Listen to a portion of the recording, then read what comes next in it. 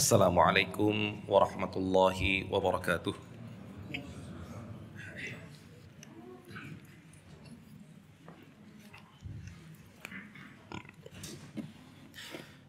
Alhamdulillah.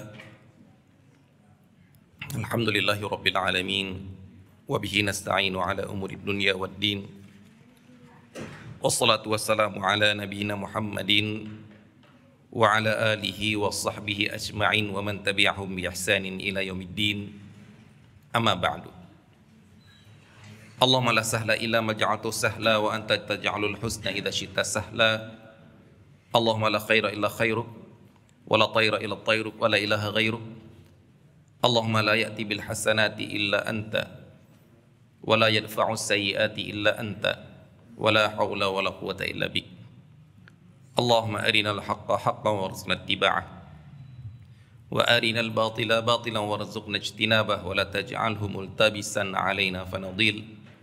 Allahumma ja'alna mimman yastami'ul qawla fayattabi'u ahsanah fa innaka waliyyu dzalika wal qadiru 'alaih.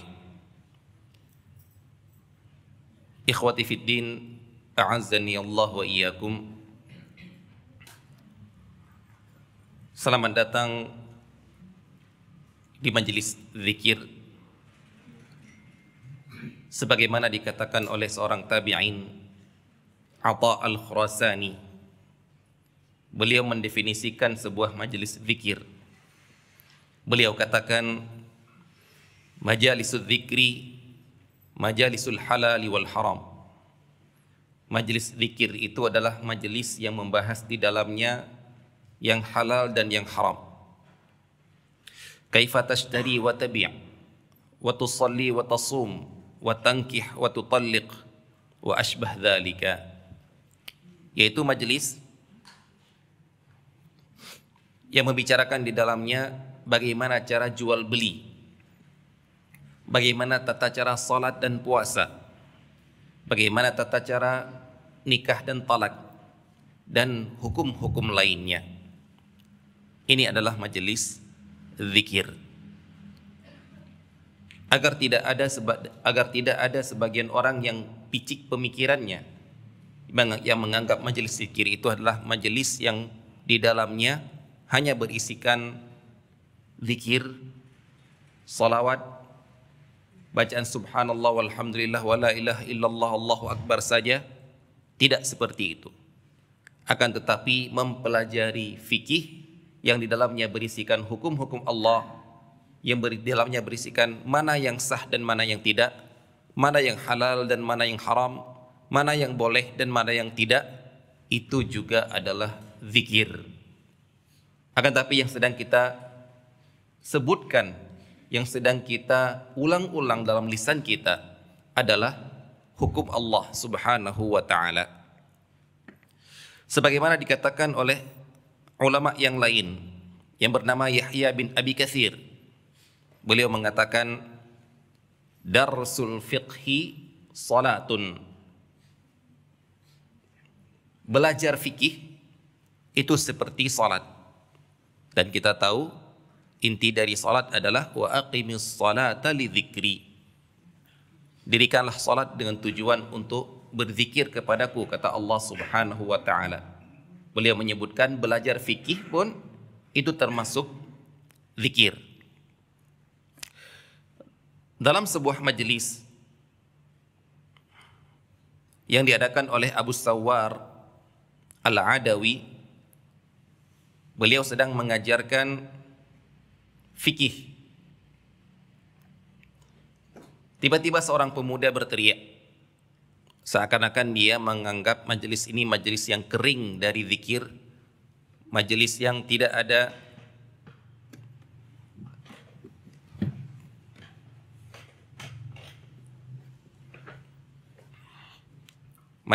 ada ucapan zikir dari tadi. Maka dia berteriak, qulu subhanallah walhamdulillah. Ayo baca subhanallah, subhanallah, ayo. Ayo baca alhamdulillah, alhamdulillah. Maka Abu Sawwar Al-Adawi pun marah sambil berkata, waihak. Ini adalah sebuah ucapan hardik. Hei, kalau kita bahasa sekarang, Fi ayyi syai'in kunna idzan. Beliau mengatakan, kamu kira kita dari tadi ini ngapain? Seakan-akan dia mengira kita dari tadi itu nggak pernah zikir. Ini piciknya pemikiran seseorang. Dianggap bahwa saja kalau namanya masjid zikir itu harus bareng-bareng, ayo baca subhanallah, subhanallah. Kita dari tadi ini sedang berzikir. Yang kita zikirkan adalah hukum-hukum Allah Subhanahu wa taala, yaitu tentang halal dan haram. Dan alhamdulillah pada hari ini dan insyaallah menjadi kajian rutin setiap pekan keempat, kita akan mempelajari di antara hukum Allah Subhanahu wa taala, di antara hukum tentang halal dan haram adalah yang berkaitan dengan muamalat. Yang mana akan kita ambil pelajaran itu dari sebuah kitab karya Ustadz kita, guru kita, Dr. Erwandi Tarmizi, yaitu kitab yang berjudul Harta Haram Muamalat Kontemporer. InsyaAllah ini akan menjadi rujukan kita, akan kita baca, akan kita kaji. InsyaAllah semoga bisa sampai akhir dari kitab ini. Di awal beliau menyebutkan, berkata Muhammad bin Al-Hasan, beliau adalah murid terdekat Imam Abu Hanifah. Imam Abu Hanifah memiliki dua murid yang selalu disebutkan sahibahu, dua murid senior beliau. Yang satu Muhammad bin Hasan, yang satu Abu Yusuf. Berkata Muhammad bin Hasan, ada seorang yang berkata kepada Muhammad bin Hasan dan meminta beliau untuk menulis buku tentang zuhud. Kita tahu zuhud adalah orang yang sikap terhadap harta itu sangat tidak terlalu fokus pada harta, yang bahkan dikatakan menghindari harta, tidak mau menumpuk-numpuk harta. Itu yang biasa disebut dengan zuhud. Maka beliau pun menjawab, aku telah menulis buku tentang muamalat. Beliau ingin menyebutkan bahwasanya tulisan saya buku tentang muamalat itu kalau kalian pelajari, maka kalian akan menjadi orang zuhud. Kenapa? Dikatakan oleh Dr. Ibrahim Ad-Duwaish, jawaban Muhammad bin Al-Hasan ini sangatlah tepat, karena orang zuhud adalah orang yang menghindari syubhat dan makruh dalam harta. Dan kita biasanya mendapatkan harta dari perniagaan dan muamalat. Jadi orang-orang yang mempraktikkan muamalat dengan sebenar-benarnya, tahu dari mana harta itu didapatkan dengan cara yang halal, maka dia adalah orang yang paling zuhud, karena menghindari harta-harta yang syubhat dan harta-harta yang makruh masuk ke dalam tabungannya atau masuk ke dalam hartanya. Baik, kita akan langsung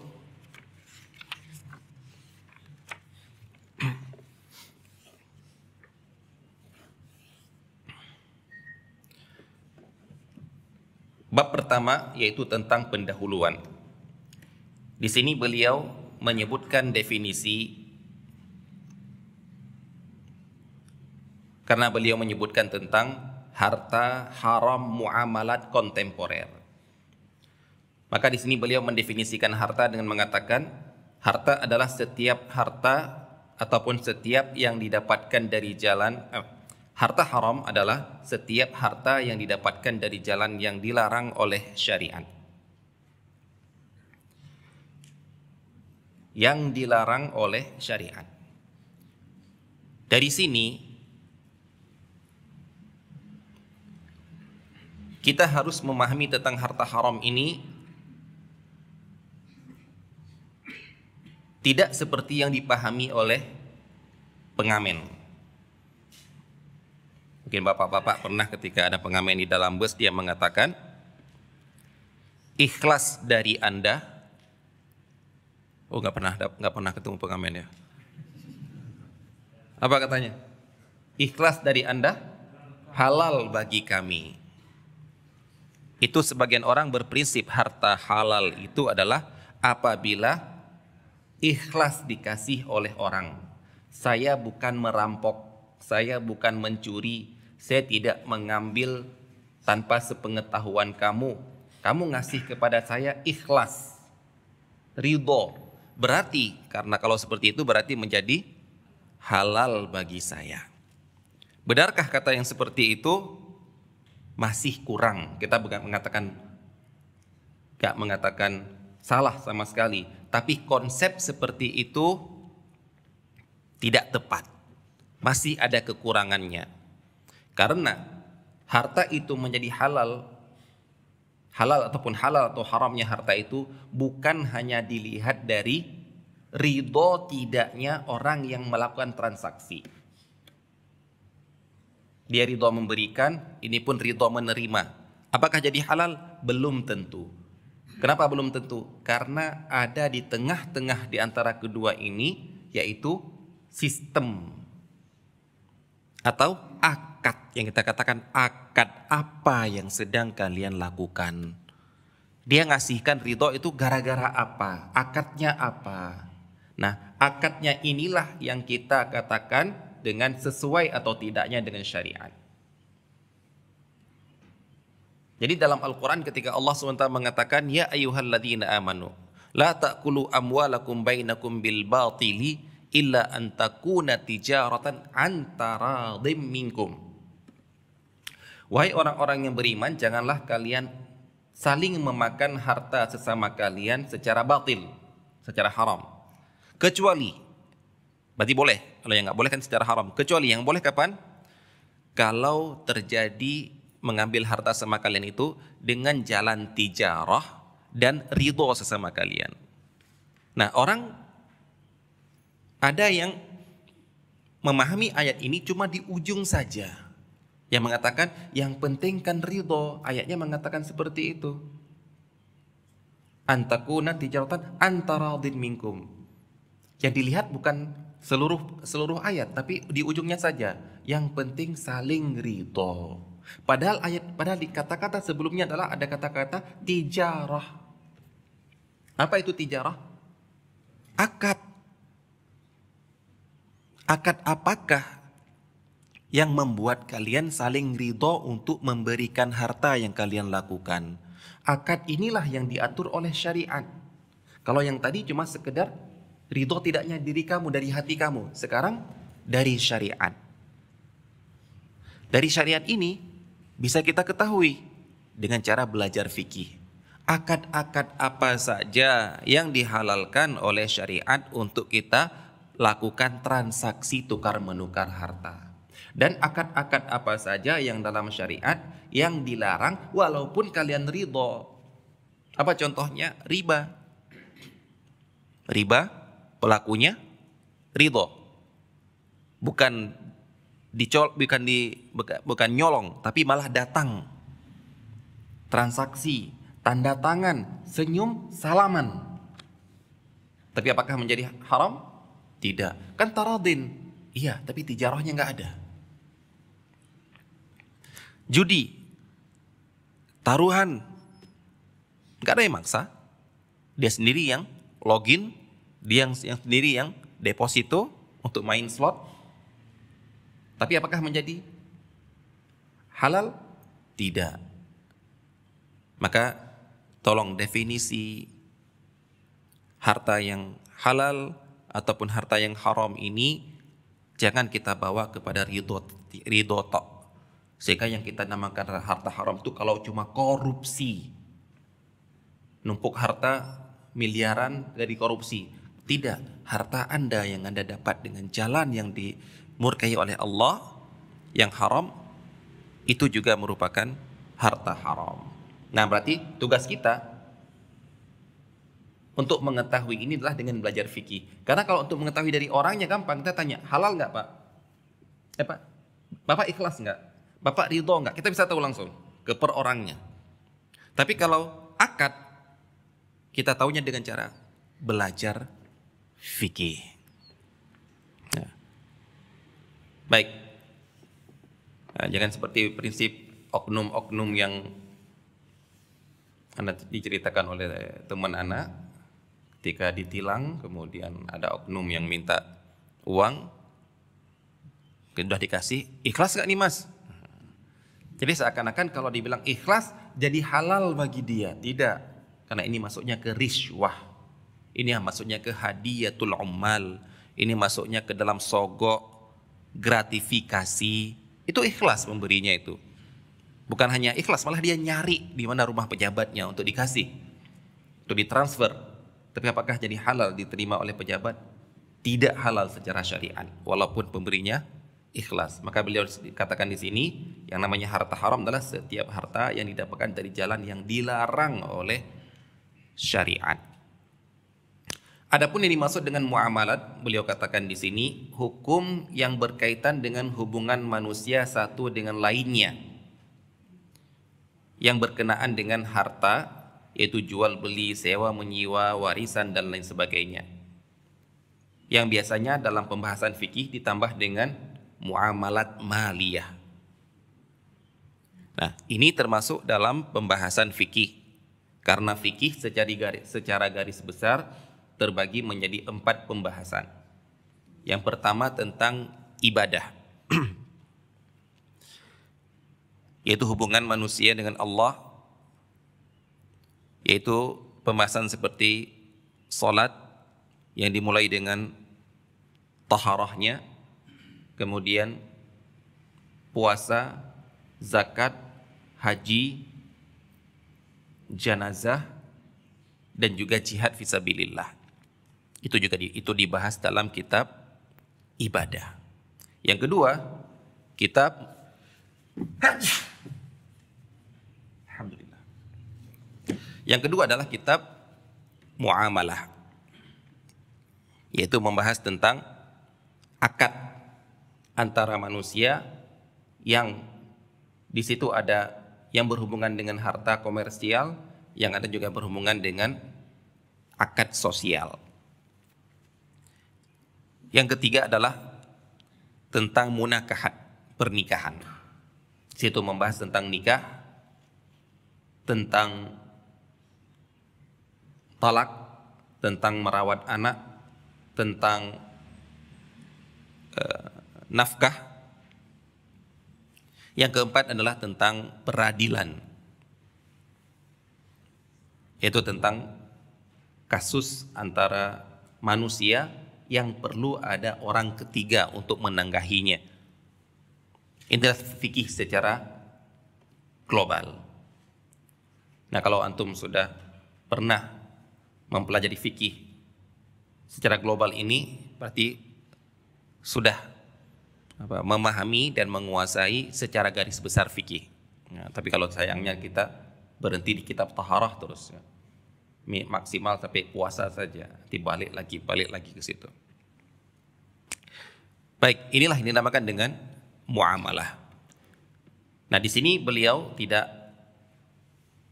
menyebutkan definisi tentang kontemporernya, walaupun judul kitab beliau adalah Harta Haram Muamalat Kontemporer. Ya, mungkin karena menurut pandangan beliau kita semua tahu apa itu kontemporer, yaitu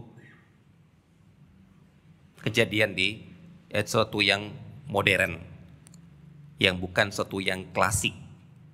Karena dalam kitab ini, walaupun juga dibahas tentang fikih-fikih muamalah yang disebutkan oleh kitab klasik dulu, beliau juga di sini lebih banyak membahas tentang akad-akad yang mungkin tidak akan kita dapat dalam kitab-kitab terdahulu, namun dia sesuatu yang dilakukan oleh orang-orang di zaman sekarang. Inilah tujuan beliau menulis buku ini. Yang kedua, masih dalam pendahuluan, beliau membahas tentang, penulis di sini menyebutkan tentang urgensinya memahami harta haram. Apa sih pentingnya kita mengetahui harta itu, mana yang halal dan mana yang haram?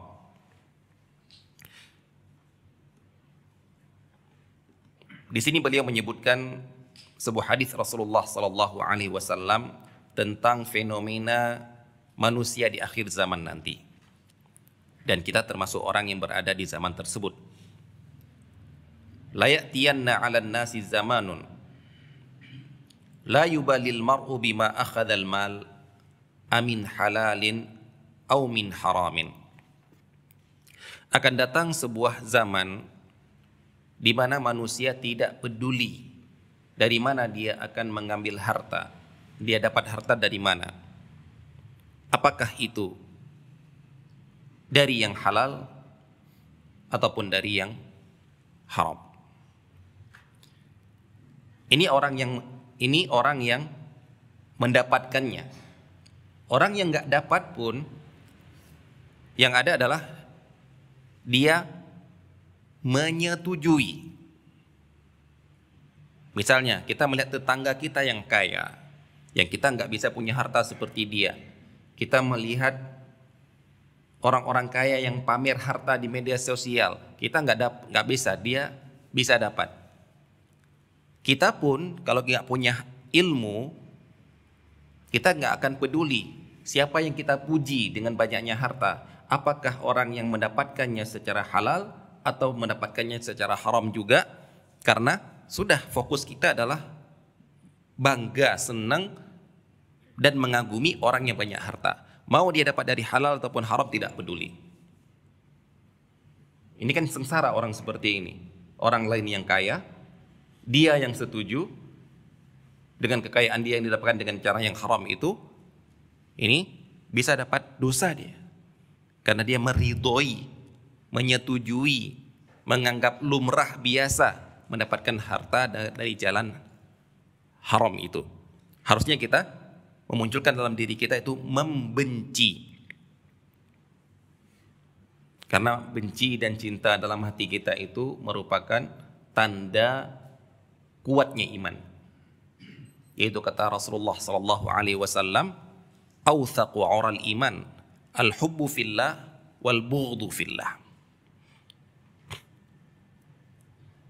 Jadi kalau ada orang yang menyuruh jangan benci, mari kita cinta sesama, kita jawab, benar, jangan benci itu berarti cinta kan? Ya, telah diajari dalam agama kami bahwa di antara tanda tali buhul iman yang kuat di hati seseorang apabila dia cinta karena Allah dan benci karena Allah.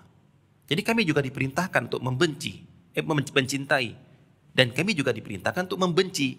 Cuma standarnya yang beda mungkin. Kalau kalian benci gara-gara beda partai, kalian benci gara-gara saingan bisnis, kalian benci gara-gara dibenci oleh majikan kalian, bukan hati nurani kalian, maka kami juga punya standar. Dan standar kami ini menunjukkan keimanan. Apa? Karena Allah. Kenapa? Karena Allah nyuruh benci. Karena hal tersebut suatu yang dibenci oleh Allah. Karena hal tersebut suatu yang dilarang oleh Allah. Dari tahu dari mana dilarang oleh Allah? Dari Al-Quran dan Sunnah. Dari kitab-kitab fikih para ulama. Jadi akan datang satu masa di mana orang tidak peduli ngambil harta. Yang penting punya harta. Orang tidak peduli membanggakan seseorang. Apakah dia gara-gara halal haram, tapi gara-gara memang melihat dia kaya raya. Saya pernah ketika di Aceh, seorang melihat tetangga saya memuji dengan mengatakan, wah, beruntung sekali, beruntung sekali nasib orang itu, sukses hidupnya. Dalam hati saya, ya orang ngomong itu orang sudah tua, ya. Untuk apa saya debat orang tua? Dalam hati saya, ya saya lihat profesi orang ini adalah termasuk orang yang menegakkan hukum selain Allah. Jadi menurut saya bukan suatu yang bisa dipuji dengan banyaknya harta dia. Tapi pandangan orang bukan gitu. Yang penting punya mobil, yang penting anaknya sukses semuanya, yang penting dia rumahnya besar. Itu standar orang tentang kesuksesan.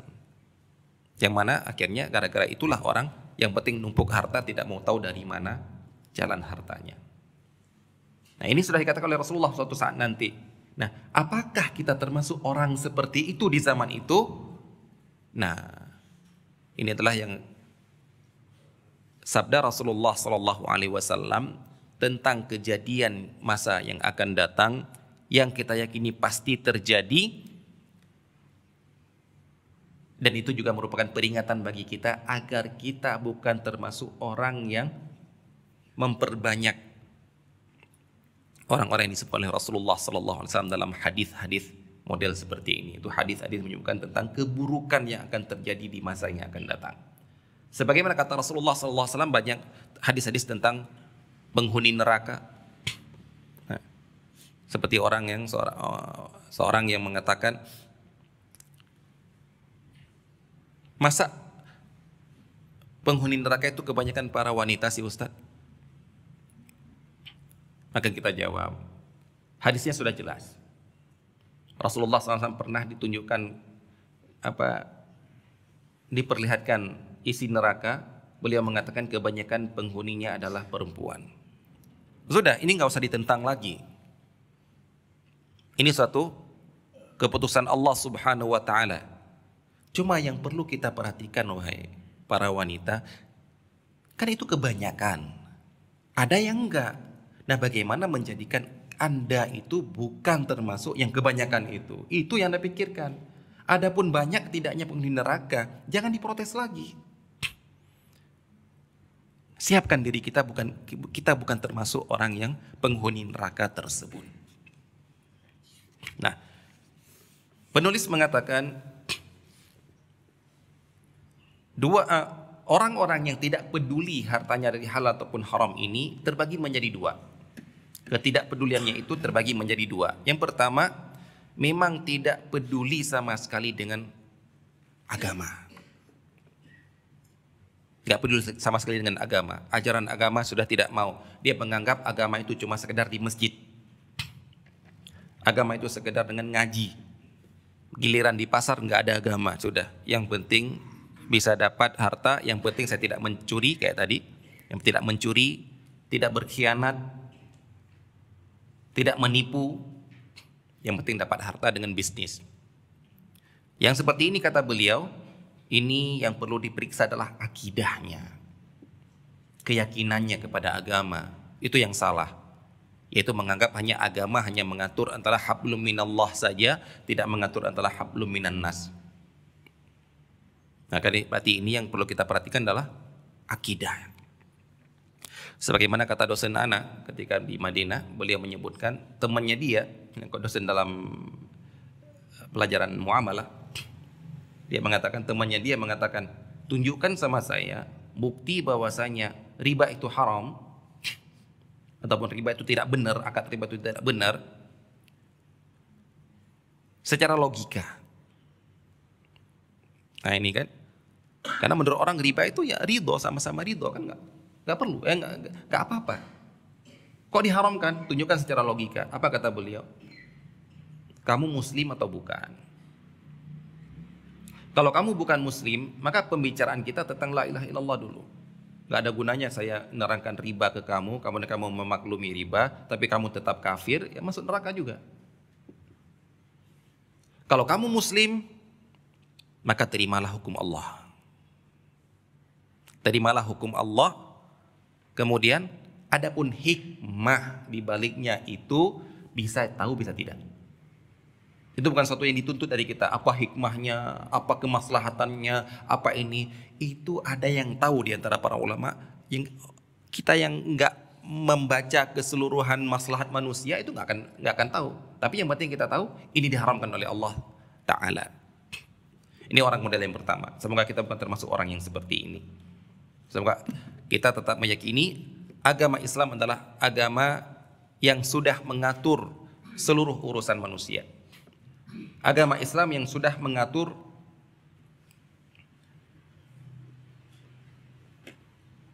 salah satunya cara untuk mendapatkan harta yang haram, dan telah menunjukkan keberhasilannya dengan bukti sejarah. Jadi kalau ada yang berdalil bahwasanya, kalau ada yang mengatakan riba itu, sistem riba itu sesuatu yang nggak bisa dihindari lagi. Riba itulah, metode riba seperti inilah yang bisa mengangkat perekonomian dunia. Kalau nggak ada itu, orang tidak akan bisa berbisnis. Berarti kalau nggak bisa berbisnis, nggak akan ada orang konglomerat, paling juga ya warung-warung kecil.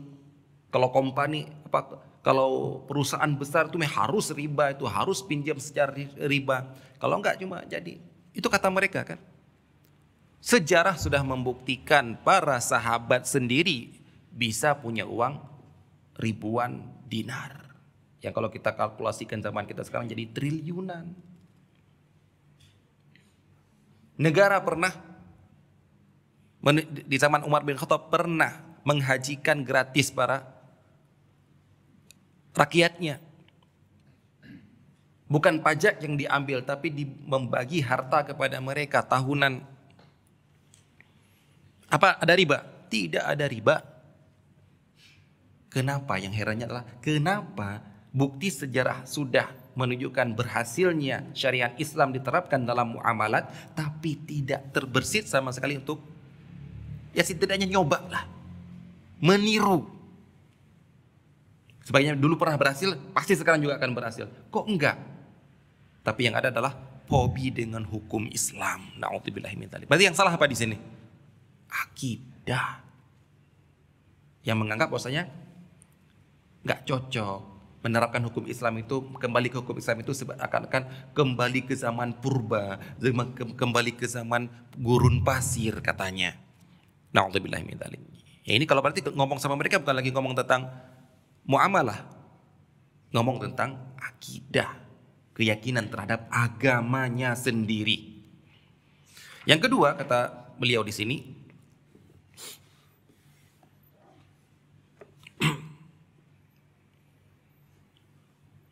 mereka yang sadar perlunya halal dan haram, mereka sadar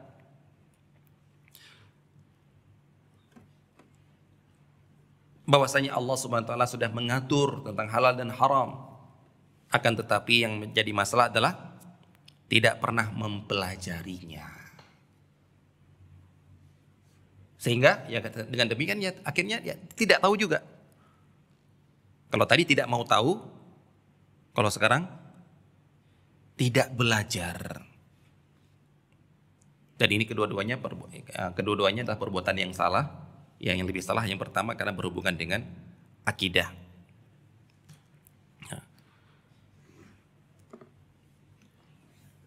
Nah kata penulis, mereka adalah orang yang dimaksud oleh Ali bin Abi Thalib, orang yang kedua ini yang tidak belajar, yaitu kata beliau, manit tajara qabla an yatafaqqah fid din faqadir tatama fir riba summar tatam. Barang siapa yang melakukan perniagaan sebelum dia mempelajari fikih atau muamalah, dia akan terjerumus ke dalam riba, dan beliau mengulang-ulang terus. Nah, disinilah pentingnya edukasi.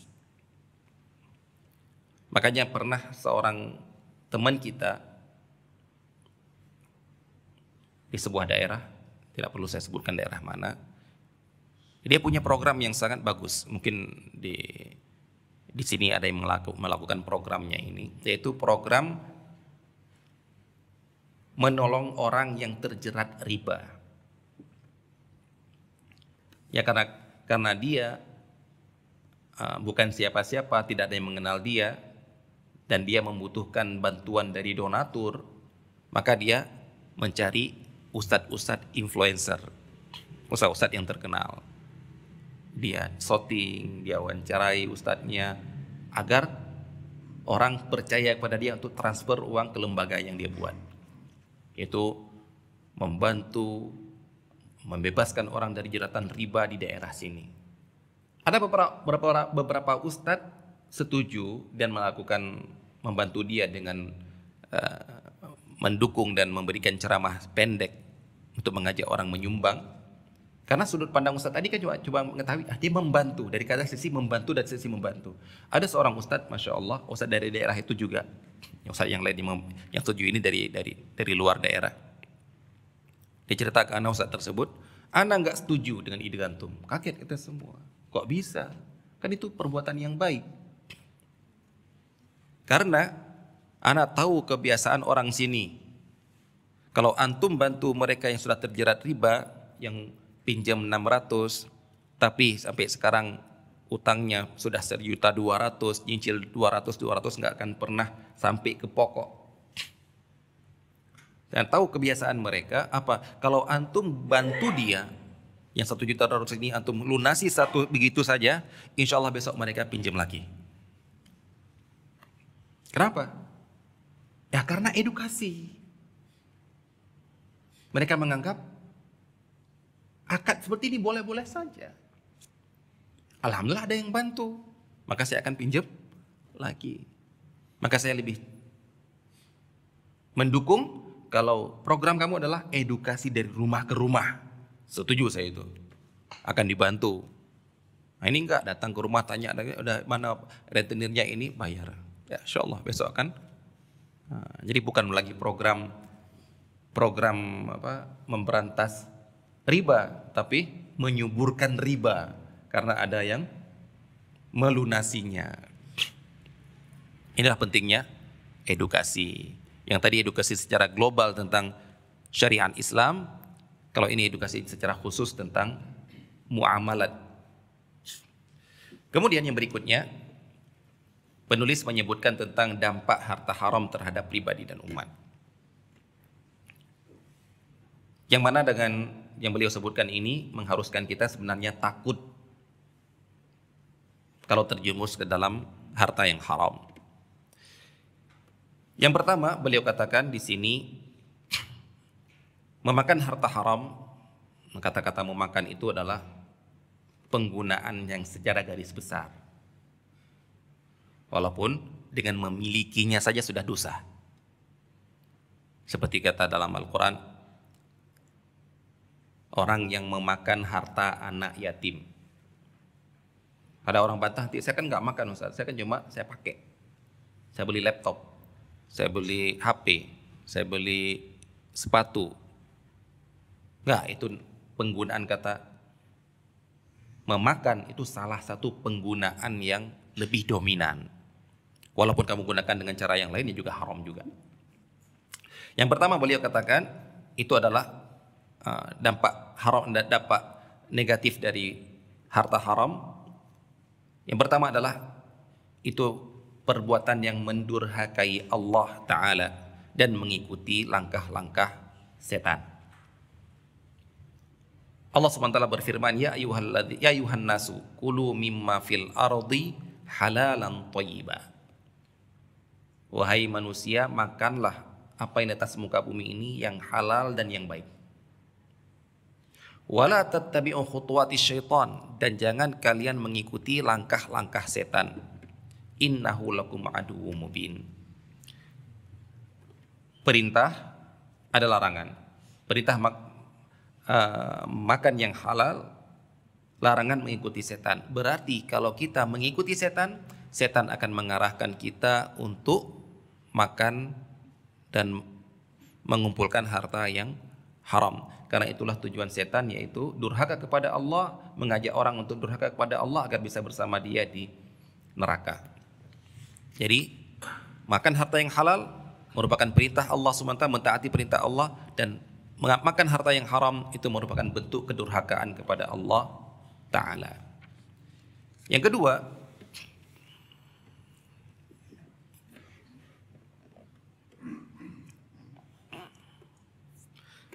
menyebutkan tentang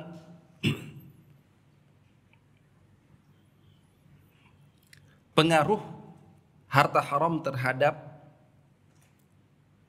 beratnya melakukan amalan soleh. Masya Allah. Mari kita tanya pada diri kita sendiri, ketika kita berat melakukan sebuah amalan yang mana orang lain kok gampang banget. Berat kita mendatangi masjid 5 waktu. Kayaknya nggak ada waktu bagi kita. Kayaknya sibuk terus. Kayaknya. Berat kita baca Al-Quran. Berat kita sholat malam. Berat kita amar ma'ruf nahi mungkar. Ada apa ini kira-kira? Pasti ada sesuatu dalam diri kita yang perlu kita introspeksi diri.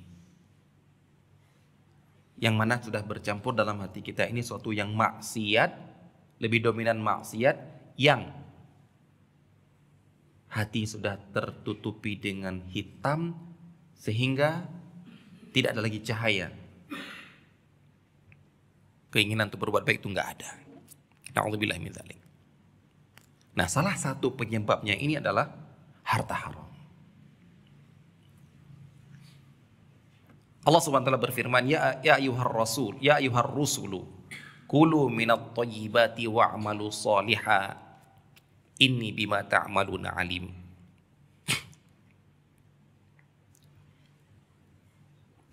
Wahai para rasul, Allah di sini memanggil para rasul. Makanlah suatu yang baik dan beramallah soleh, karena aku maha mengetahui apa yang kamu kerjakan. Hal ini mengisyaratkan bahwa sangat erat hubungannya antara mengkonsumsi makanan halal dengan amalan soleh. Jangan harap jasad kita akan bergairah melakukan amalan soleh bila jasad tersebut tumbuh dan berkembang dari makanan yang haram.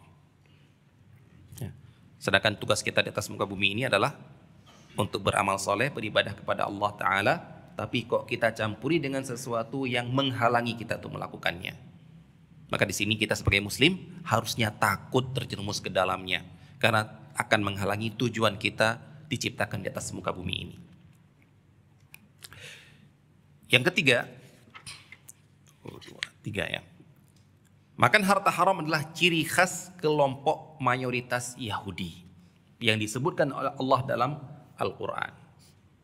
Ikhwah sekalian, kisah umat terdahulu yang disebutkan dalam Al-Quran yang terbanyak adalah kisah Ahlul Kitab. Secara khusus adalah kisah umatnya Nabi Musa alaihissalam. Diulang-ulang terus. Pengulangan-pengulangan ini menunjukkan bahwasanya pentingnya kita mengetahui kisah mereka. Bahkan terkadang dalam satu kisah yang sama diulang-ulang dalam redaksi yang berbeda.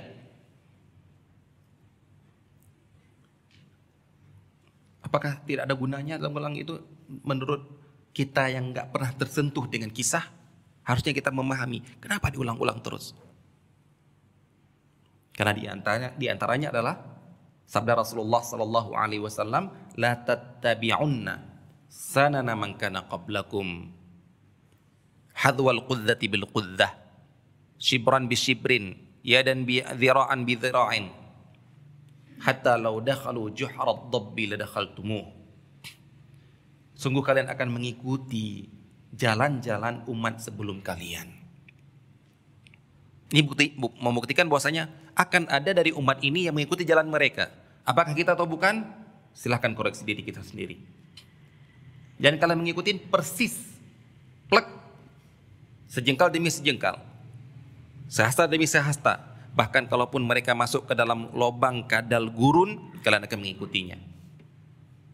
Kata para sahabat nanya, ahum Yahudi wan Nasara ya Rasulullah. Apakah yang maksud mereka itu yang akan diikuti oleh umat Islam ini adalah orang Yahudi dan Nasrani? Kata Rasulullah SAW, faman idzan, siapa lagi kalau bukan mereka? Nah, maka sangat ironi apabila kita berteriak-teriak untuk membenci Yahudi, tapi kita melestarikan adat, kebiasaan, akhlaknya Yahudi. Sangat ironi apabila kita berteriak-teriak bebaskan Masjidil Aqsa dari Yahudi, ternyata masjid di tempat kita memperlakukan masjid tersebut seperti perbuatan orang Yahudi. Apa itu? Dikatakan oleh Rasulullah SAW, qatalallahu al-yahud ittakhadhu qubur anbiya'ihim masajid. Semoga Allah membinasakan orang Yahud yang mana mereka menjadikan kuburan nabi mereka sebagai masjid.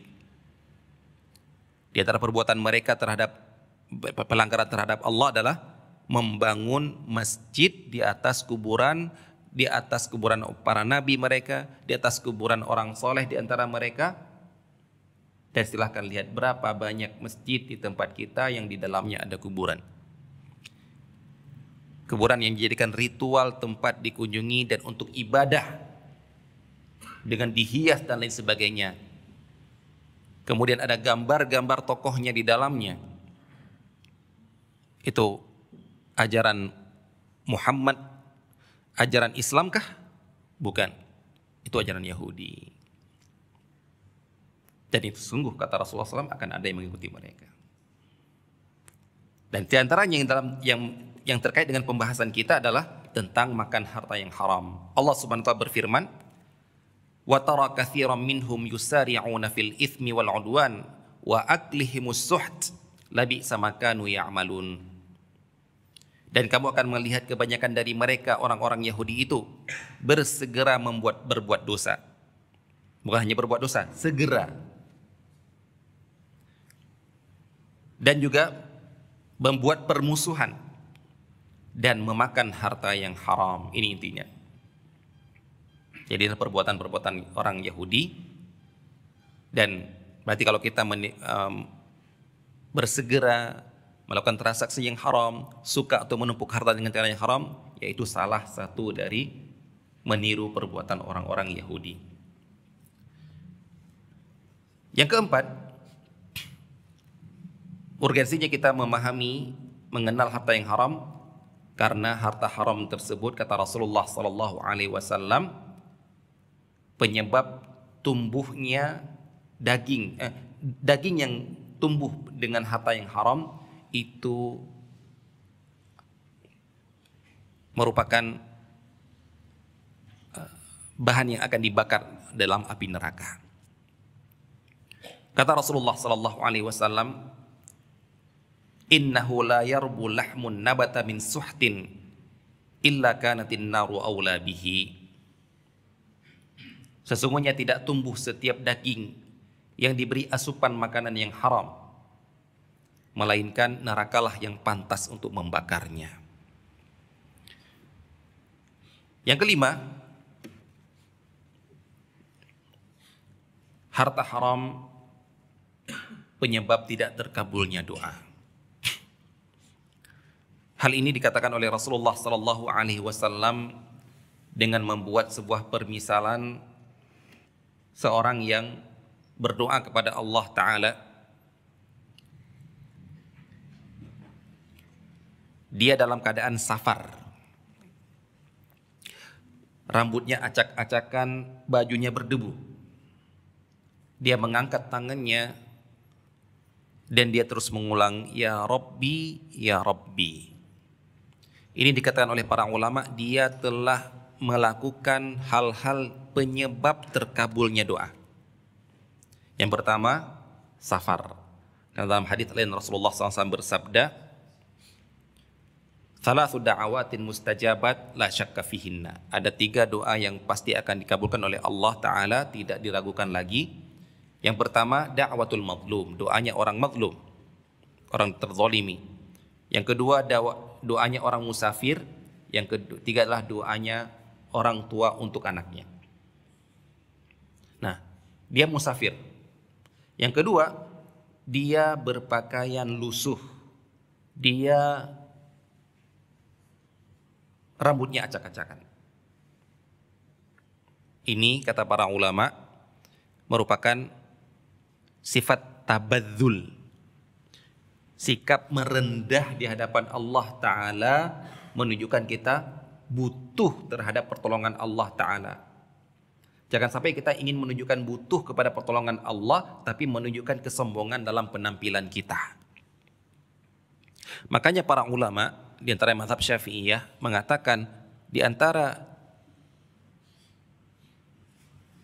cara ataupun instruksi imam, instruksi pemimpin ketika menyuruh orang untuk mengajak orang untuk salat istisqa, itu diperintahkan untuk puasa dulu 3 hari.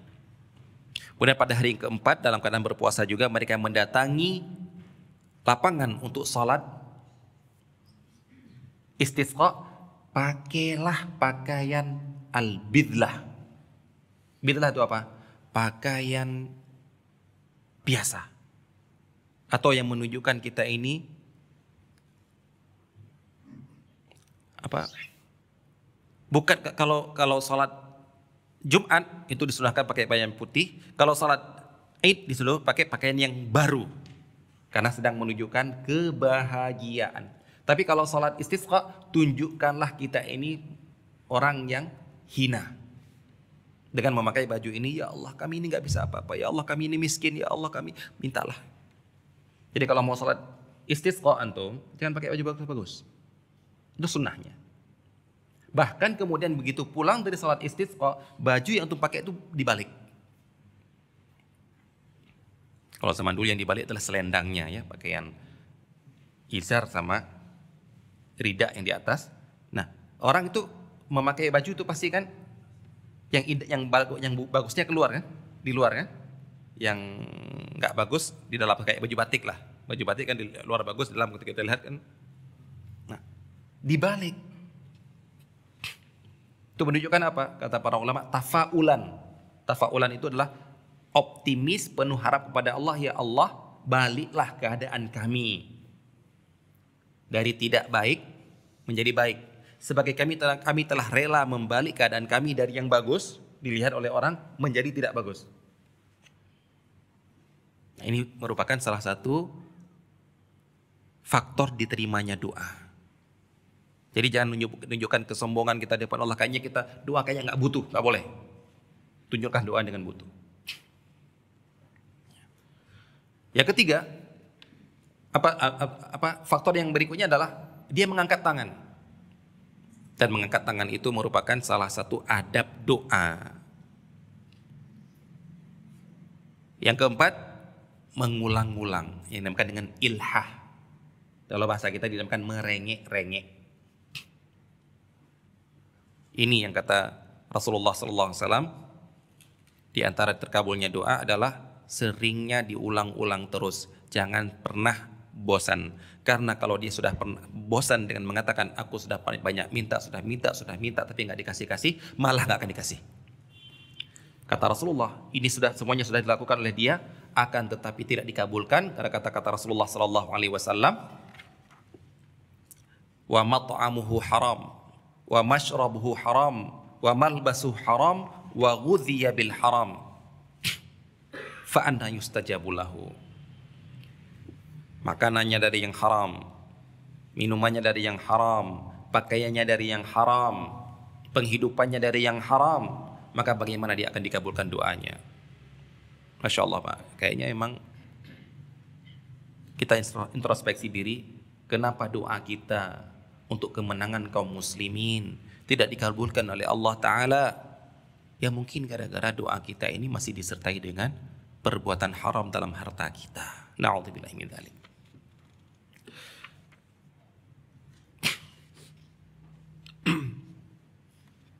Begitu juga dalil yang lain adalah tentang orang yang keluar haji. Dalam sebuah hadis disebutkan ketika ada orang yang keluar untuk menunaikan ibadah haji, yang mana dia mengucapkan labbaik Allahumma labbaik, yang artinya adalah ya Allah, aku telah menerima seruanmu ya Allah untuk mendatangimu. Maka akan ada malaikat yang mendengarkan perkataannya ini dan akan membalasnya. Apabila haji dia dari harta yang halal, maka malaikat itu akan mengatakan labbaika wa sa'daik. Maka dia akan mengatakan labbaika wa sa'daik, selamat datang, silakan berkunjung. Zaduka halal wa rahilatuka halal wa hajjuka mabrurun wa ghairu ma'zur. Perbekalan kamu halal, kendaraan kamu halal, maka haji kamu menjadi haji yang mabrur. Sebaliknya orang yang haji dengan harta yang haram, dia tetap mengatakan labbaik Allahumma labbaik, maka malaikat akan mengatakan la labbaika wala sa'daik. Enggak ada kata-kata selamat untuk kamu, selamat datang, enggak ada. Kenapa? Zaduka haram wa nafaqatuka haram. Perbekalan kamu haram, nafkah yang kamu lakukan haram, maka haji kamu tidak mabrur. Na'udzubillahi min dzalik. Yang keenam, sampai jam setengah 6 ya. Ya, ditinggal 6 dan 7 yang terakhir. Yang keenam, harta haram penyebab kehinaan,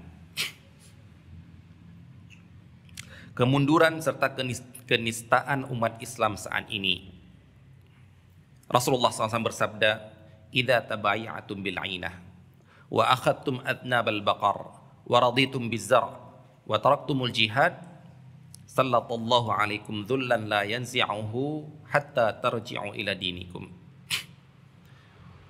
Kalau kalian melakukan transaksi ribawi, kalian tunduk dengan harta kekayaan, yaitu hewan ternak, peternakan yang banyak, dan kalian mengagungkan tanaman, maksudnya kalian mengagungkan orang-orang kaya dari banyaknya pertanian. Di sini dimasukkan adalah kita lebih fokus pada duniawi, dan di duniawi ini kita tidak peduli dengan dari harta halal ataupun haram. Wa taraktumul jihad, dan kalian meninggalkan jihad fisabilillah, maka Allah akan mencampakkan kehinaan pada diri kalian, tidak akan dicabut sampai kalian kembali ke agama kalian. Apa kembali ke agama? Kembali kepada ajaran Allah yang halal dalam mencari harta. Ya Allah Ta'ala alam, mungkin kehinaan kita di zaman sekarang ini, hinanya kita di depan orang-orang kafir, beda dengan di zaman para sahabat dulu, di zaman para tabi'in dulu, yang mereka izzah, perkasa di hadapan orang-orang kafir. Karena memang jasad-jasad mereka diberi makan dengan harta yang halal. Yang ketujuh, yang terakhir, harta yang haram pertanda azab Allah akan turun, menghancurkan masyarakat. Sebagaimana sabda Rasulullah sallallahu alaihi wasallam, "Idza dhahara az-zina war riba fi qaryatin faqad ahallu bi anfusihim 'adzaballah." Apabila perzinaan dan riba merajalela di sebuah kampung, di sebuah kota, di sebuah tempat, sungguh mereka akan mengundang azab untuk ditimpakan kepada mereka. Jadi seperti kita ngundang azab Allah, karena kita merupakan orang yang pantas untuk diazab. Baik, inilah yang dapat kita sampaikan pada pertemuan hari ini tentang seputar tentang definisi harta haram, definisi muamalat, dan urgensi kita memahami mana harta yang halal dan mana harta yang haram. Dengan kita menyebutkan dalil-dalil tadi yang seharusnya dengan dalil-dalil itu membuat kita takut terjerumus ataupun takut untuk mendapatkan harta yang haram. Kalau sudah dalil dari Al-Quran, dari As-Sunnah yang merupakan ancaman ini tidak kita takuti, maka dikhawatirkan seperti kita mengundang azab Allah agar kemudian membuat kita takut. Iya, kalau kita bisa takut dan kita masih hidup bisa tobat. Bagaimana jika turun azab itu, turun musibah diberikan oleh Allah, malah petaka diberikan oleh Allah yang menyebabkan kita mati dan kita belum bertobat dari harta halal, harta haram kita. Na'udzubillahi min dzalik. Baik, insyaallah selanjutnya akan kita terangkan pada pertemuan yang akan datang. Wassalamualaikum warahmatullahi wabarakatuh. Donasi dakwah Malang Mengaji. Ayo, ambil bagian untuk dakwah melalui rekening berikut ini bersama umat berbagi manfaat.